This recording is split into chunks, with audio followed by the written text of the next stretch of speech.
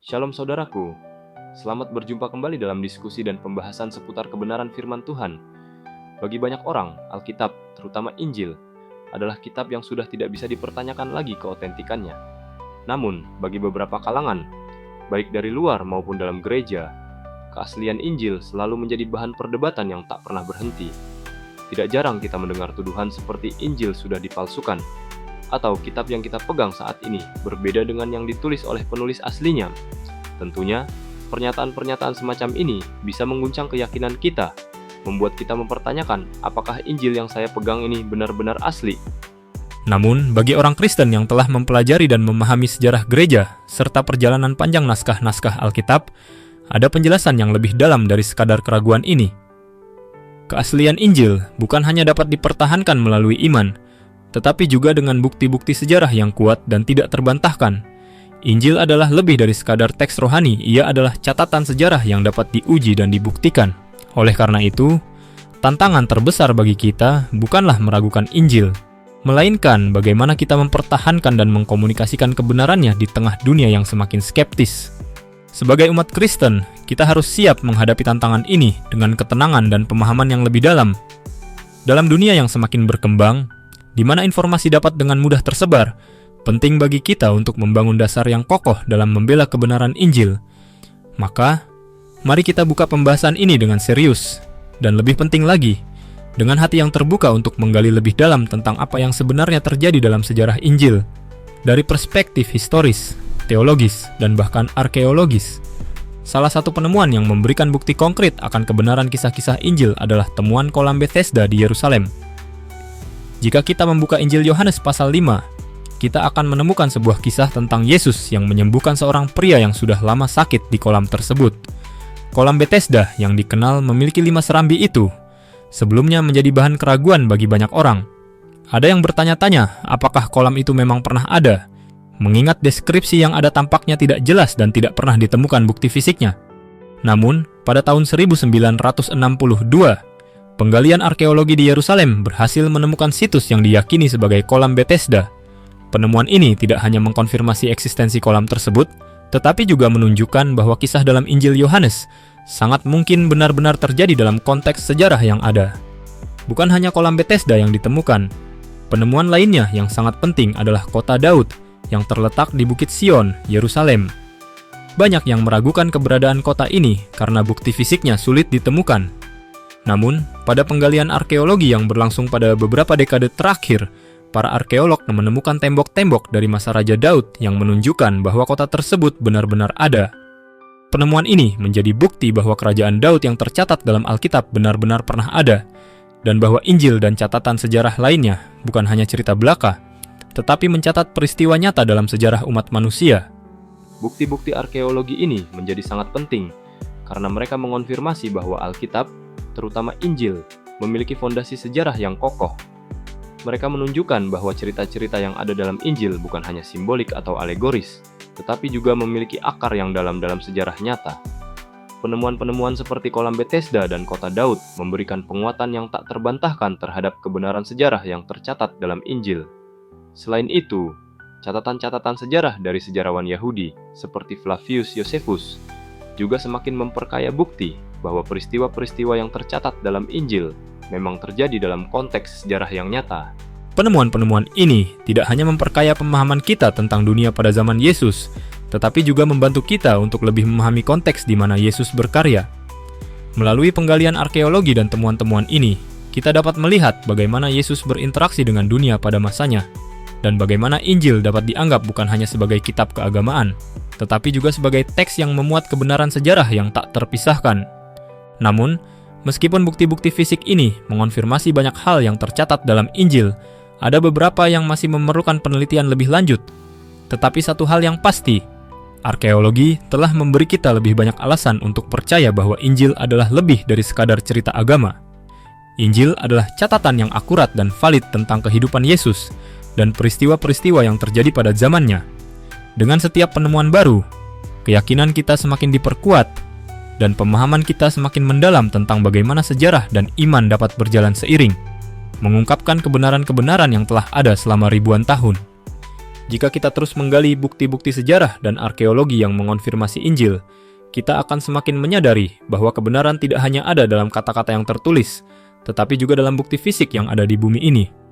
Arkeologi tidak hanya memperkaya pengetahuan kita tentang masa lalu, tetapi juga memperdalam iman kita sebagai umat Kristen. Karena setiap temuan yang ada menguatkan fakta bahwa Injil adalah kitab yang berbicara tentang sejarah nyata yang penuh dengan kebenaran dan pengharapan. Saat kita merenungkan tentang Yesus, kita seringkali terjebak dalam persepsi bahwa Dia hanyalah sosok yang mengajarkan moralitas dan kebaikan.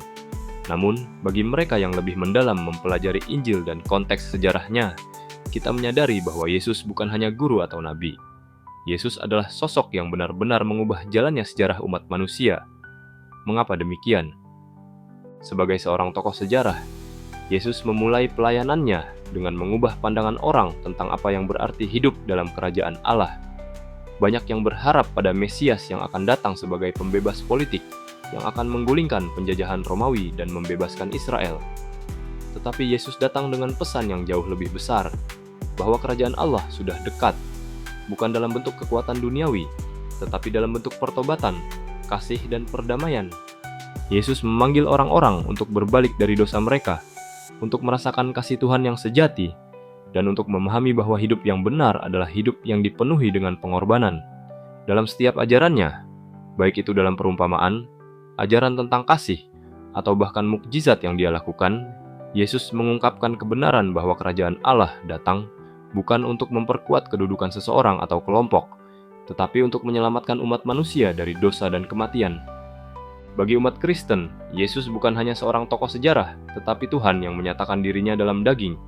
Dalam teologi Kristen, ini dikenal dengan istilah inkarnasi, bahwa Tuhan menjadi manusia dalam diri Yesus Kristus.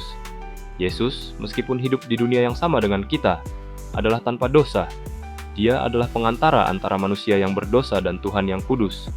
Melalui hidupnya yang sempurna, kematiannya yang menggantikan kita, dan kebangkitannya yang membuka jalan hidup kekal, Yesus membawa umat manusia kembali kepada Allah. Namun, Yesus juga dikenal sebagai seorang reformator agama. Ia datang bukan untuk menghancurkan hukum Taurat, melainkan untuk menggenapinya. Matius 5 ayat 17. Ia menantang cara berpikir yang sempit dan kaku yang dimiliki oleh para pemimpin agama saat itu, dan memberikan makna yang lebih dalam bagi setiap ajaran Tuhan. Misalnya, Yesus mengajarkan bahwa kasih kepada sesama adalah hukum yang terbesar. Matius 22 ayat 37-40, dan bahwa hidup yang benar di hadapan Tuhan bukan hanya tentang mengikuti aturan, tetapi tentang memiliki hati yang benar-benar mengasihi Allah dan sesama. Konsep kerajaan Allah yang dibawa Yesus menjadi pemikiran revolusioner pada waktu itu, karena ia menantang otoritas para pemimpin agama yang merasa memiliki kebenaran sepenuhnya. Ia juga memberi gambaran baru tentang bagaimana hubungan dengan Allah bukan hanya tentang ritual dan kewajiban, tetapi tentang hidup dalam kasih dan pengampunan yang datang dari Allah sendiri. Yesus mengubah paradigma pemahaman orang-orang zamannya tentang agama, dan ajarannya hingga saat ini terus menjadi dasar iman Kristen. Namun, lebih dari itu, Yesus membawa pesan pembebasan yang melampaui dimensi rohani.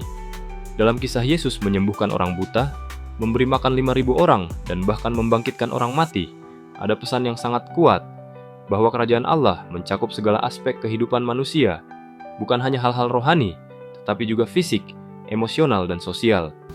Yesus mengajarkan bahwa keselamatan yang datang dari Allah tidak hanya menyentuh jiwa, tetapi juga mengubah hidup seseorang secara menyeluruh.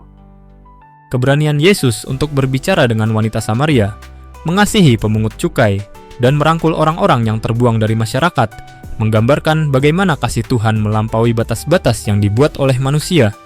Dalam pandangan Yesus, tidak ada yang terabaikan. Setiap individu memiliki nilai di mata Allah. Hal inilah yang menyebabkan Yesus seringkali mendapat penolakan dan penganiayaan dari pemimpin agama saat itu, karena dia mengguncang sistem yang sudah ada. Yesus juga berbicara tentang penderitaan sebagai bagian dari perjalanan iman. Ia tidak hanya datang untuk mengajarkan tentang hidup yang indah dan penuh berkah, tetapi juga tentang kesulitan dan pengorbanan yang harus dihadapi oleh para pengikutnya. Yesus memanggil para pengikutnya untuk menyangkal diri mereka sendiri, memikul salib, dan mengikutinya. Matius 6 ayat 24. Melalui pengajaran ini, Yesus menyiapkan hati umatnya untuk menghadapi tantangan dan penderitaan dalam perjalanan iman mereka. Ketika kita mengamati peran Yesus dalam sejarah, kita tidak hanya melihat sosoknya sebagai pembaharu agama, tetapi juga sebagai pembawa perubahan sosial. Dia mengajarkan kita untuk menghargai hidup bersama, untuk mencari perdamaian, dan untuk hidup dalam kebenaran yang diwahyukan oleh Tuhan. Setiap mukjizat yang Yesus lakukan, setiap ajaran yang Ia sampaikan adalah bagian dari sebuah karya penyelamatan yang lebih besar yang mengubah dunia. Bagi umat Kristen, Yesus adalah segalanya, Guru, Tuhan, Mesias, dan Juru Selamat. Yesus hadir di dunia ini bukan hanya untuk mengajarkan ajaran moral atau memberikan teladan hidup yang baik, tetapi untuk menunjukkan kepada kita bagaimana hidup menurut kehendak Allah yang sempurna. Dia datang untuk menggenapi janji Tuhan akan keselamatan bagi umat manusia yang jatuh dalam dosa, dan melalui kematiannya di kayu salib dan kebangkitannya, Yesus membuka jalan bagi umat manusia untuk dipulihkan kembali kepada Allah dan menerima hidup yang kekal. Injil, sebagai bagian dari kitab suci Kristen, memiliki dua dimensi yang sangat penting untuk dipahami, dimensi teologis dan dimensi historis.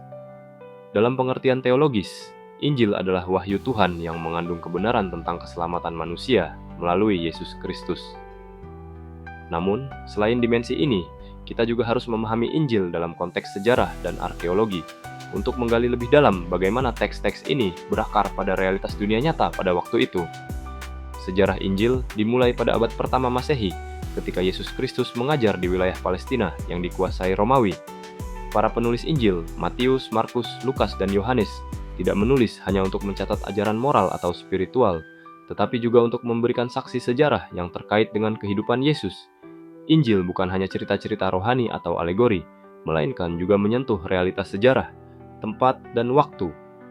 Salah satu aspek penting dalam memahami Injil dalam konteks sejarah adalah pengakuan bahwa Yesus hidup di tengah-tengah kebudayaan dan masyarakat Yahudi pada masa itu.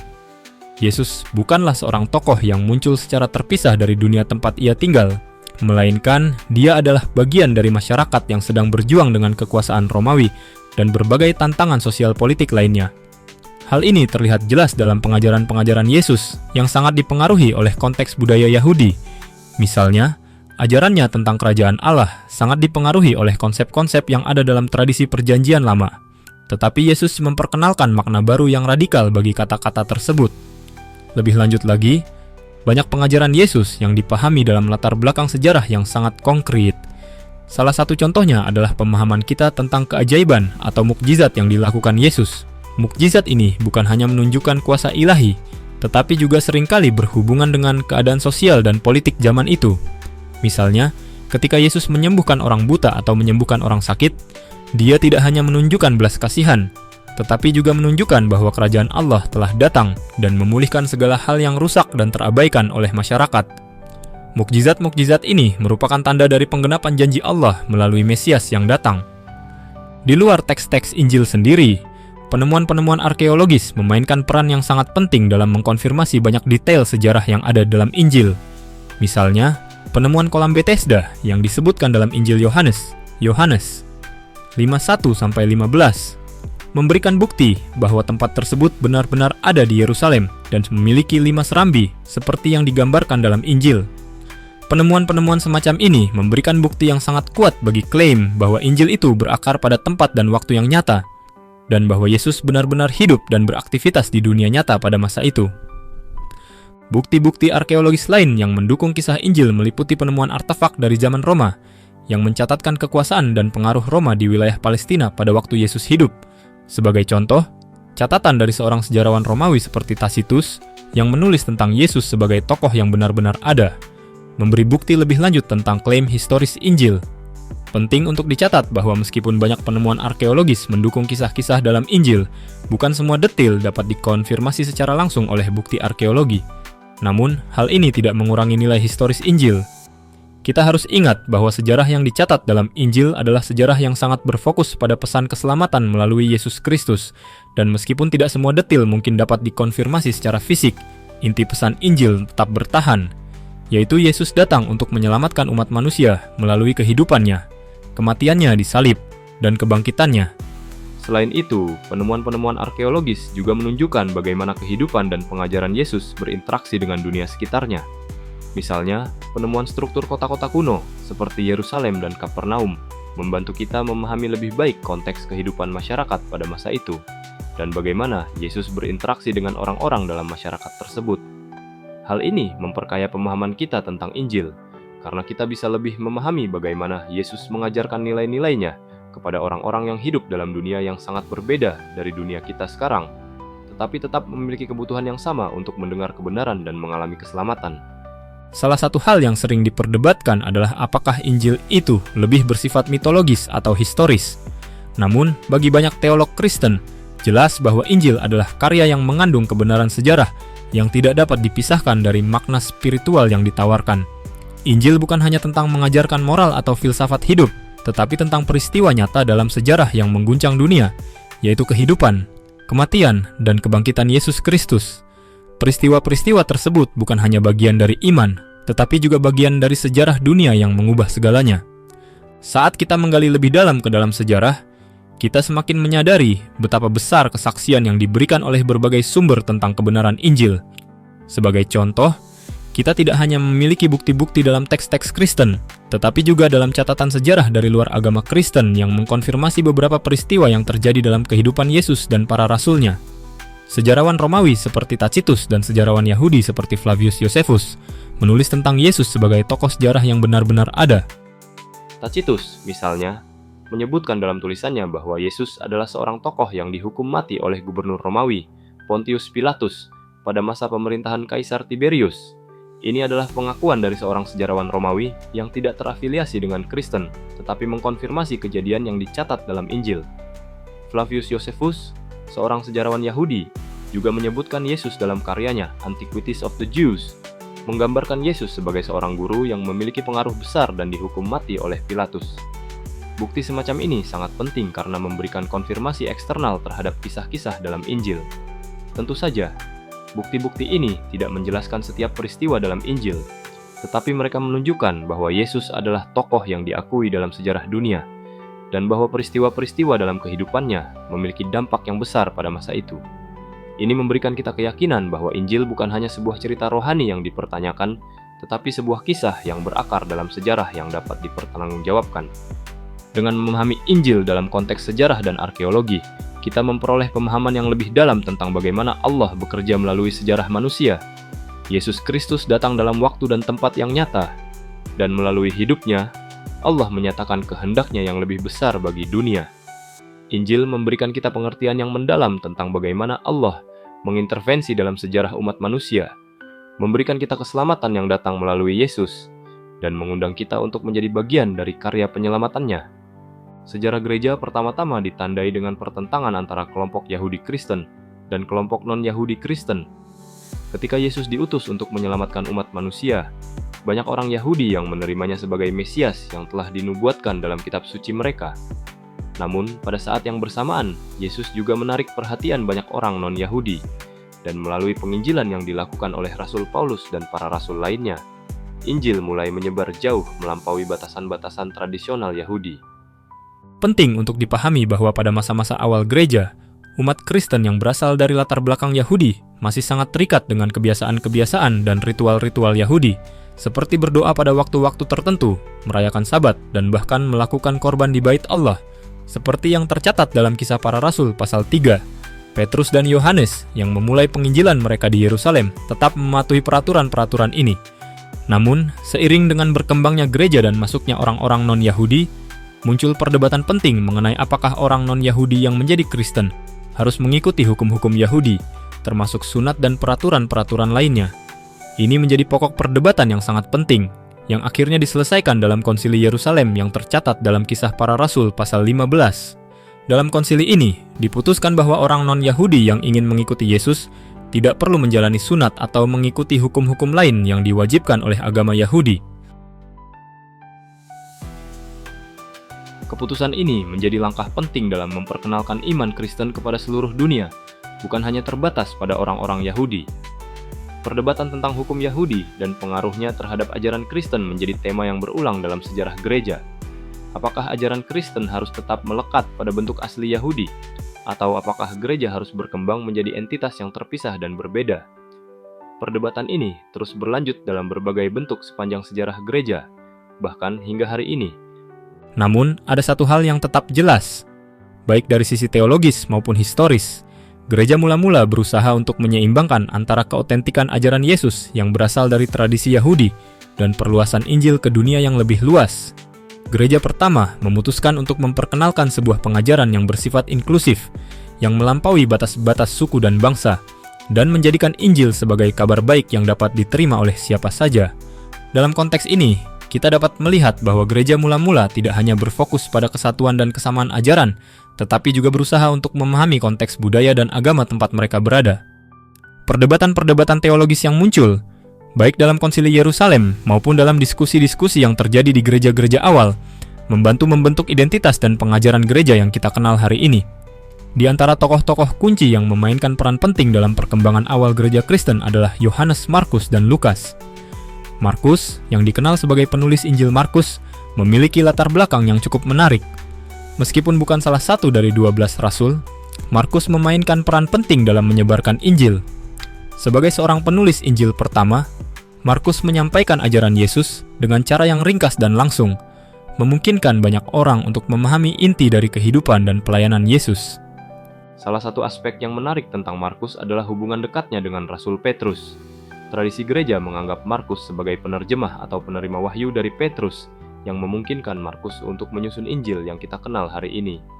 Meskipun Markus sempat meninggalkan perjalanan misi Paulus dan Barnabas, yang menyebabkan beberapa orang meragukan komitmennya, akhirnya ia kembali dan melanjutkan pelayanannya. Lukas di sisi lain merupakan seorang dokter yang memiliki latar belakang yang lebih terpelajar. Sebagai penulis Injil Lukas dan Kisah Para Rasul, Lukas memberikan gambaran yang lebih sistematis dan terperinci mengenai kehidupan Yesus serta perkembangan gereja mula-mula. Lukas bukanlah saksi mata langsung dari peristiwa-peristiwa yang ia tulis, tetapi ia memiliki hubungan dekat dengan para rasul, terutama Paulus, yang mempengaruhi gaya penulisannya. Peran Lukas dalam memberikan penjelasan lebih mendalam mengenai peristiwa-peristiwa dalam hidup Yesus, seperti dalam kisah dua murid yang berjalan menuju Emmaus, memperlihatkan keunikan pendekatan Lukas dalam menghubungkan ajaran Yesus dengan nubuat-nubuat dalam Perjanjian Lama. Lukas tidak hanya menceritakan kisah hidup Yesus, tetapi juga memberikan interpretasi teologis yang mendalam, yang menjadikannya sebagai salah satu penulis Injil yang paling berpengaruh. Pertanyaan tentang keaslian Injil dan bagaimana teks-teks tersebut dapat dipercaya terus menjadi perdebatan yang menarik. Beberapa orang meragukan integritas Injil yang sampai ke tangan kita hari ini, dengan klaim bahwa teks-teks tersebut mungkin telah diubah atau dipalsukan sepanjang sejarah. Namun, bukti-bukti sejarah dan naskah-naskah kuno, seperti yang ditemukan dalam Papirus 52 dan naskah Laut Mati, menunjukkan bahwa Injil yang kita miliki hari ini memiliki kesesuaian yang luar biasa dengan naskah-naskah asli. Bukti dari berbagai naskah kuno ini tidak hanya memberikan bukti bahwa Injil adalah teks yang dapat dipertanggungjawabkan secara sejarah, tetapi juga menunjukkan bahwa perubahan yang terjadi pada teks tersebut sangat minim dan tidak mengubah inti dari pesan Injil itu sendiri. Ini menunjukkan bahwa Injil yang kita baca hari ini tetap autentik dan sahih. Bahkan ketika ada klaim yang mengatakan bahwa Injil yang kita pegang saat ini mungkin telah mengalami manipulasi, kita dapat melihat bahwa gereja pertama sudah melakukan seleksi ketat terhadap teks-teks yang akan dimasukkan dalam kanon Alkitab. Selain itu, kritik terhadap Injil juga telah dibahas dalam sejarah gereja, terutama dalam konteks kanonisasi dan pengakuan terhadap Injil yang sah. Sebagai umat Kristen, kita dapat percaya bahwa Injil yang kita miliki hari ini adalah firman Tuhan yang disampaikan dengan cara yang jujur dan akurat, dan itu tidak hanya bergantung pada keyakinan pribadi kita, tetapi juga pada bukti-bukti sejarah yang menguatkan keaslian teks-teks tersebut. Penyebaran Injil ke seluruh dunia merupakan salah satu tantangan terbesar yang dihadapi gereja mula-mula. Dengan penganiayaan dan perlawanan yang datang dari luar, gereja tidak hanya harus menghadapinya dengan keberanian, tetapi juga dengan pengertian yang mendalam tentang panggilan mereka untuk membawa kabar baik ke seluruh umat manusia. Gereja pertama menghadapi banyak rintangan, baik dari pihak otoritas Roma yang memandangnya sebagai ancaman, maupun dari kalangan Yahudi yang tidak menerima Yesus sebagai Mesias yang telah dijanjikan. Namun, meskipun gereja mula-mula dihadapkan pada berbagai kesulitan, Injil tidak hanya berhasil bertahan, tetapi juga berkembang pesat. Salah satu faktor utama yang mendorong penyebaran Injil adalah perjalanan misi yang dilakukan oleh Rasul Paulus. Melalui perjalanan misi yang panjang dan penuh tantangan, Paulus mendirikan gereja-gereja di berbagai kota penting di dunia Romawi, seperti di Efesus, Korintus, dan Filipi. Pendekatan Paulus yang fleksibel, yang dapat menyesuaikan diri dengan konteks budaya yang berbeda, sangat berpengaruh dalam memperkenalkan Injil kepada orang-orang di luar dunia Yahudi. Di luar pengaruh misi Paulus, penyebaran Injil juga sangat dipengaruhi oleh pengajaran dan pelayanan yang dilakukan oleh rasul-rasul lainnya, termasuk Petrus dan Yohanes. Meskipun mereka seringkali berhadapan dengan penganiayaan, semangat mereka untuk memberitakan kabar baik kepada semua orang tidak pernah padam. Bahkan, meskipun banyak dari mereka yang akhirnya menjadi martir karena iman mereka, penyebaran Injil tetap berjalan dengan kuat. Tantangan besar lainnya adalah bagaimana gereja mula-mula harus mengatasi perbedaan budaya dan teologi antara orang Yahudi dan non-Yahudi. Seperti yang telah dibahas sebelumnya, pertanyaan mengenai apakah orang non-Yahudi yang ingin menjadi Kristen harus mengikuti hukum-hukum Yahudi seperti sunat menjadi masalah besar yang harus diselesaikan oleh gereja. Konsili Yerusalem yang terjadi sekitar tahun 50 Masehi adalah titik balik penting dalam sejarah gereja, di mana diputuskan bahwa orang non-Yahudi tidak perlu mengikuti hukum-hukum Yahudi, sehingga memungkinkan Injil diterima secara lebih luas oleh orang-orang dari berbagai bangsa. Selain itu, tantangan besar yang dihadapi oleh gereja adalah penganiayaan yang datang dari pemerintah Romawi. Kaisar Nero, misalnya, terkenal karena penganiayaannya terhadap orang Kristen, yang menyebabkan banyak pengikut Yesus dibunuh dengan cara yang sangat kejam. Namun, justru dalam kondisi yang penuh penderitaan ini, Injil semakin tersebar. Para martir yang mengorbankan hidup mereka untuk iman menjadi saksi hidup yang kuat bagi keutuhan Injil. Mereka menunjukkan bahwa kasih Kristus lebih besar daripada ketakutan akan kematian, dan itulah yang membuat Injil semakin menarik bagi banyak orang. Penyebaran Injil yang pesat ini juga didorong oleh semangat komunitas Kristen yang saling mendukung satu sama lain, baik dalam hal kebutuhan material maupun spiritual. Gereja mula-mula dikenal karena perhatian mereka terhadap orang miskin, yatim piatu, dan orang sakit, serta solidaritas mereka dalam menghadapi penganiayaan. Sikap ini memperlihatkan bahwa Injil bukan hanya sebuah ajaran moral, tetapi juga sebuah cara hidup yang berakar pada kasih Kristus yang membawa perubahan nyata dalam masyarakat. Seiring berjalannya waktu, gereja-gereja yang didirikan oleh para rasul mulai berkembang, dan Injil semakin dikenal di seluruh dunia Romawi. Meskipun pada masa itu banyak tantangan yang harus dihadapi, gereja tetap bertahan dan terus berkembang. Hingga pada akhirnya, pada abad keempat, Kekaisaran Romawi resmi mengakui agama Kristen sebagai agama negara, sebuah pencapaian luar biasa yang menunjukkan kekuatan Injil dalam mengatasi perlawanan dan tantangan besar. Namun, meskipun Injil telah menyebar ke seluruh dunia pada waktu itu, tantangan baru tetap muncul. Seiring dengan berkembangnya gereja, banyak aliran dan denominasi baru muncul yang kadang-kadang memicu perpecahan dalam tubuh gereja. Perbedaan interpretasi terhadap ajaran Injil, serta konflik-konflik teologis lainnya, menyebabkan munculnya berbagai perdebatan dan konsili yang bertujuan untuk mempertahankan kesatuan ajaran gereja. Sebagai contoh, salah satu konsili besar yang diadakan untuk menyelesaikan perbedaan teologis adalah Konsili Nisea pada tahun 325 M, yang mengesahkan pengajaran mengenai Trinitas dan menanggapi ajaran Arianisme, yang menganggap Yesus sebagai makhluk ciptaan dan bukan sepenuhnya Allah.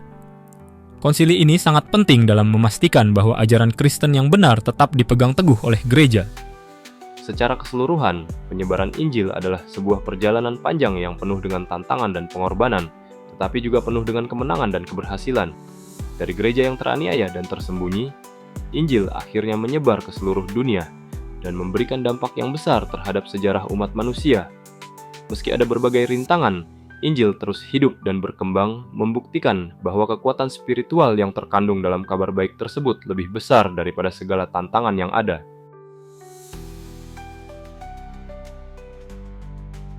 Saat ini, meskipun dunia telah berubah dengan pesat melalui kemajuan teknologi, globalisasi, dan pergeseran budaya, Injil tetap relevan.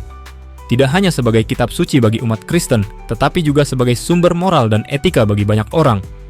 Pesan-pesan dalam Injil mengenai kasih, pengampunan, dan kehidupan kekal terus menginspirasi jutaan orang di seluruh dunia. Di dunia yang semakin terpecah oleh konflik sosial, politik, dan budaya, Injil menawarkan pesan tentang perdamaian dan rekonsiliasi. Dalam masyarakat yang seringkali terjebak dalam persaingan dan kebencian, Injil mengajarkan kita untuk mengasihi sesama, bahkan mereka yang mungkin berbeda pandangan atau keyakinan dengan kita.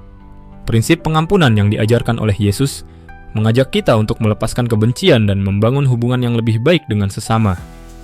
Di dunia modern yang seringkali disibukkan dengan kesuksesan materi dan pencapaian pribadi, Injil juga mengingatkan kita akan nilai-nilai yang lebih abadi, seperti kasih kepada Tuhan dan kepada sesama, serta pengorbanan demi kebaikan orang lain.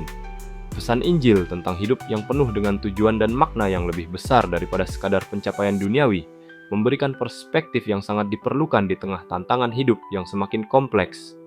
Selain itu, kemajuan teknologi dan media sosial juga memberikan peluang besar untuk penyebaran Injil.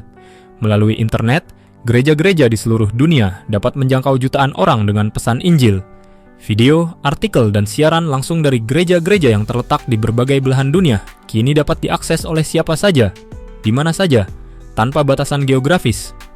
Ini memungkinkan Injil untuk menyentuh hati orang-orang yang sebelumnya mungkin tidak pernah memiliki akses ke gereja atau pengajaran Kristen. Namun, meskipun penyebaran Injil semakin pesat, tantangan untuk mempertahankan keaslian dan integritas ajarannya tetap ada. Dalam masyarakat yang semakin pluralistik, di mana setiap orang memiliki pandangan dan keyakinan yang berbeda, Injil kadang-kadang dilihat dengan skeptisisme atau bahkan penolakan.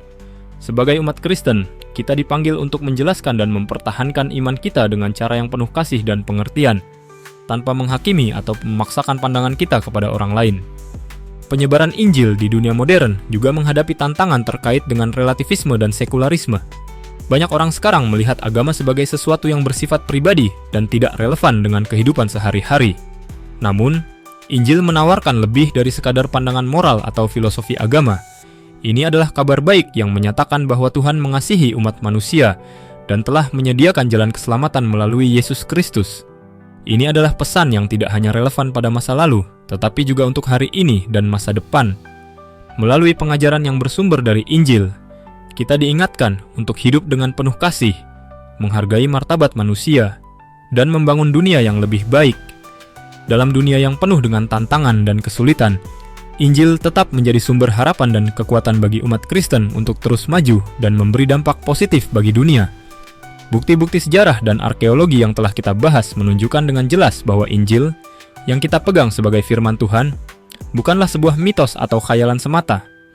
Melalui penggalian arkeologis, penemuan-penemuan di situs-situs kuno, serta referensi dari sejarawan non-Kristen, kita mendapatkan dasar yang kokoh untuk mempercayai bahwa kisah yang tercatat dalam Alkitab adalah cerita yang terjadi dalam sejarah yang nyata. Ini tidak hanya memperkuat keyakinan kita terhadap keaslian Injil, tetapi juga mengingatkan kita akan kedalaman iman yang didasarkan pada fakta sejarah yang tidak dapat diabaikan begitu saja. Sebagai orang percaya, kita diundang untuk tidak hanya memahami Injil sebagai teks yang suci, tetapi juga sebagai sebuah dokumen yang berbicara tentang Allah yang bekerja dalam sejarah umat manusia. Setiap penemuan baru yang mendukung cerita Injil seharusnya semakin memperteguh iman kita dan menginspirasi kita untuk hidup dengan lebih setia. Kita diingatkan bahwa Allah yang memberikan wahyunya melalui kitab suci